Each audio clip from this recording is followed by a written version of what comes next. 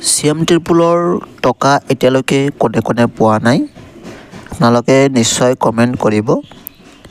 আৰু কি কাৰণে আপোনালোকে এতিয়ালৈকে পোৱা নাই টকাটো যদি আপোনালোকে চেকটো সাবমিট কৰিছে চেকটো যদি আপোনালোকে সাবমিট কৰিছে আৰু এতিয়ালৈকে যদি টকাটো পোৱা নাই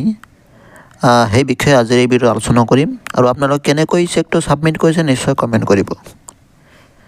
যেহেতু আপোনালোকে এই মুখ্যমন্ত্ৰী আঁচনিৰ পৰা এই যেটো চেক পাইছে ৭৫,০০০ টকাৰ যেটো এই চেকটো আপোনালোকে বেংকত গৈ সাবমিট কৰিছে টকাৰ কাৰণে ঠিক আছে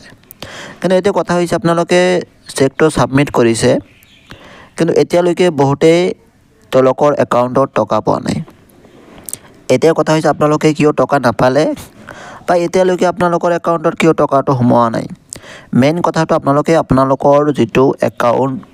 সাবমিট কৰিছে মানে একাউণ্টৰ নম্বৰ তাত দিছে যেটো সেই একাউণ্টৰ নামৰ হৈতে আপোনালোকৰ চেকৰ নামটো সম্পূৰ্ণৰূপে মিলিব লাগিব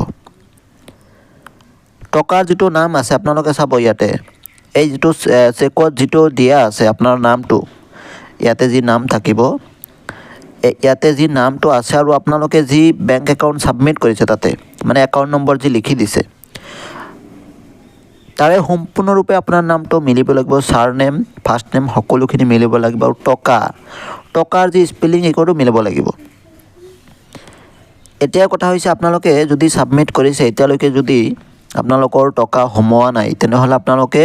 প্ৰথমে আপুনি বেংকত যাওক টকাৰ কাৰণে আৰু আপুনি বেংকত গৈ সোধক যে আপোনাৰ একাউণ্টৰ এতিয়ালৈকে কিয় টকাটো সোমোৱা নাই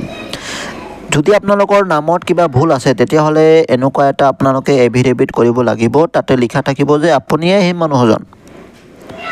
এটাতো চেকটো আপোনালোকে ৰিইছ্যু কৰিব নোৱাৰে হেতুৰ এটা ডাঙৰ প্ৰসেস কিন্তু এটা আপোনালোকে কি কৰিব লাগিব এটা এফিডেভিট কৰিব লাগিব আৰু এফিডেভিটত কি লিখা থাকিব যে আপুনি মানুহজন আৰু সেই চেকত থকা নামটো আপোনাৰে হয় তাতে স্পেলিং মিস্টেক হৈছে সেই কাৰণে ভুল হৈছে তো এনেকুৱা কথাখিনি লিখা থাকিব তাতে কোৰ্টৰ পৰা অৰ্ডাৰ থাকিব আৰু সেই অৰ্ডাৰটো লৈ গ'লে আপোনালোকে যেটো বেংকত গ'লে আপোনালোকৰ হৈ যাব যদি আপোনাৰ ষ্টেট বেংকৰ একাউণ্ট আছে তেনেহলে আপুনি ষ্টেট বেংকত যাব লাগিব